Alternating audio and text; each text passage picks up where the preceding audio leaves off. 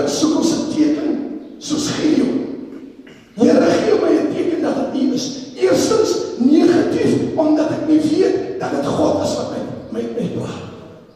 En as kind van die Here is ek veronderstel om die stem van God te kan herken.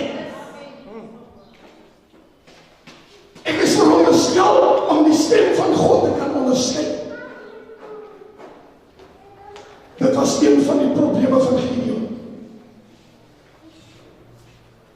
Op hierdie plek waar wyn gemaak word, the wine press, doen Gideon die werk van die Heilige Gees, sowel as die werk van die vyand. Hierdie twee kan nie saam. Vreugde kom van God af. Pyn en hartseer kom van die vyand. Gideon ervaar beide op 'n plek van vreugde. Waar hy vreugde moes ervaar. Pyn en hartseer is nie veronderstel om daar te wees. Pyn en hartseer is veronderstel om op die doodstoel te wees. Dis waar die skeiding plaas. En dis waar God skoon maak. Want daar waar die wyn gemaak word, waar die wyn vloei, waar wyn voorgesit word, om gedrink te word, beteken dit, dat die Gees van God is teenwoordig. En nou praat ons nie van wyn van die wêreld, amen, maar ons praat van die wyn, van die heilige nagmaal van God vir ons. Nuwe wyn. Nie die wyn van die wêreld nie, maar die wyn van die Heilige Gees, met ander woorde, die salwing van God.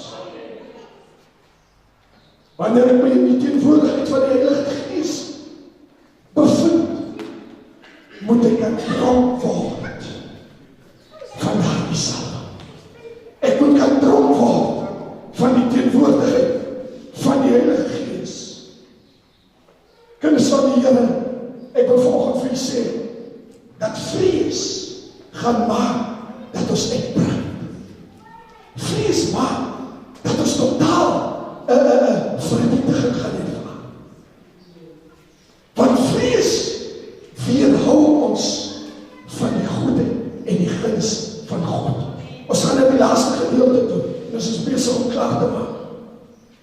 Damage self-esteem, beskadigde selfbeeld. Baie dankie. Prys die Here. Fear will make you feel the weakest and the least.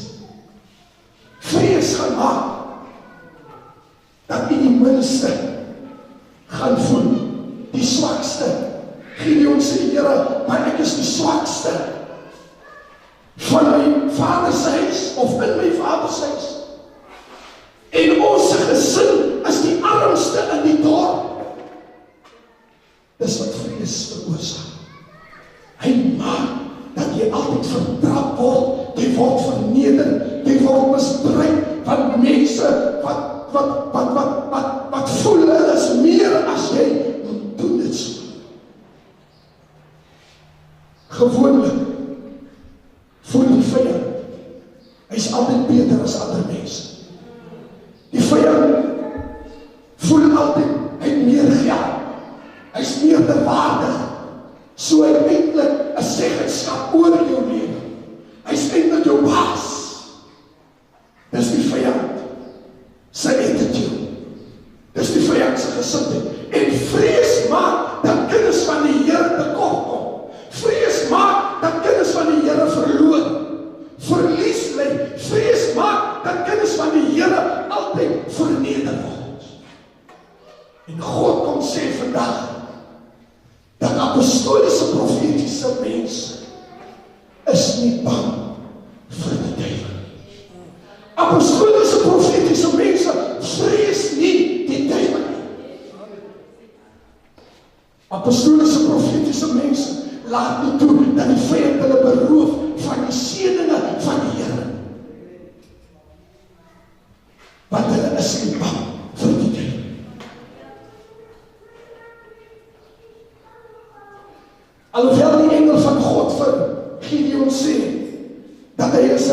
hy's 'n dapper man. Voel Gideon nie so.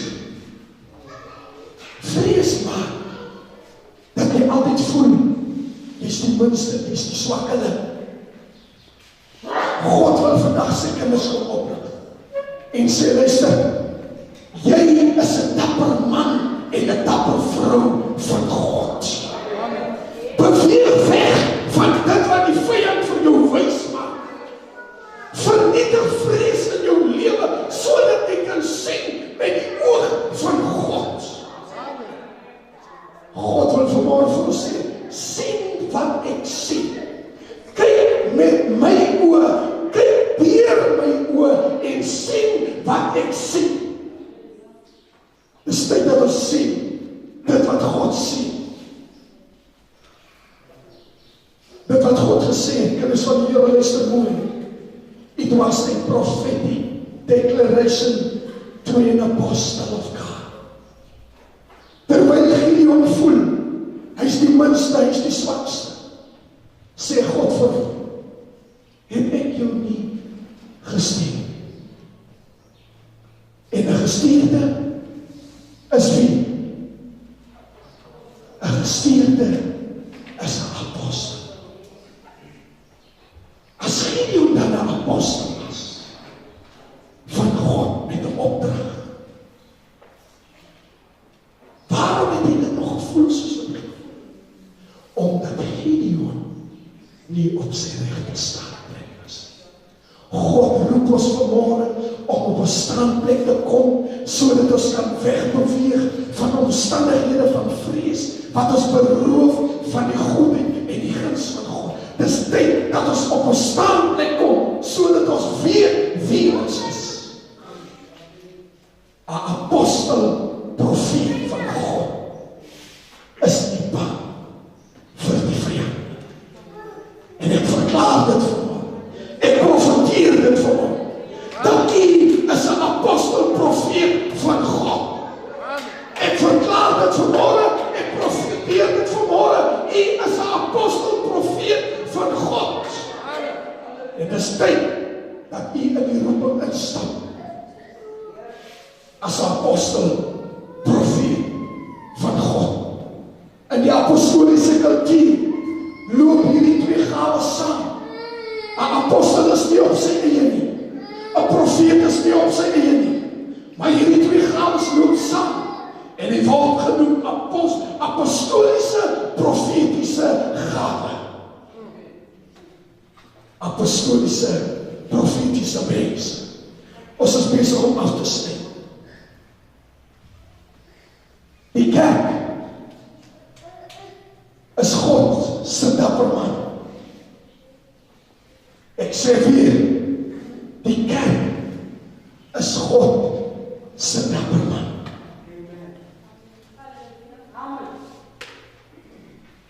Jy moet dit verstaan. In die apostoliese kultuur is die kerk ek en u. U is die kerk van Christus. En ek sê nou weer, die kerk is God se dapper man. Die kerk is God se Dawid. Daarom sê God, in die laaste dag kom hy terug om die huis van Dawid op te rig. Want dit is in Dawid wat God gesien het, wie hy nodig het om sy kerk te kan lei. Elke man en vrou met die dapperheid van 'n Gideon en 'n Dawid sal kan staan as 'n apostel en 'n profeet van God. Haggai 2 vers 9 verklaar, the glory of the latter house will be greater than the former. Haggai 2 verse 9 declare, the glory of the latter house will be greater than the former house. Dis wat die profeet van God sê. Hy sê die guns, die seën van God, die glorie, die teenwoordigheid van God, van die huis van God in die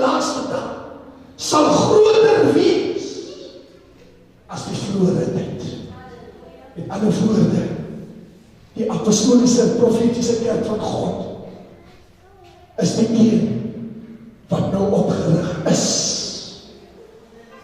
om die werk van God finaal af te rond, om die werk van God klaar te maak. The Lord is not just with the church, but He is in the church. Jesus Christus is nie net saam met die kerk, maar hy is in die kerk. Ek hoop jy verstaan dit. Die waar is, hy is saam met ons so, maar hy is in elkeen van ons, in die midde van ons almal. Die Heilige Gees van God is in elkeen van ons teenwoordig, en elkeen van ons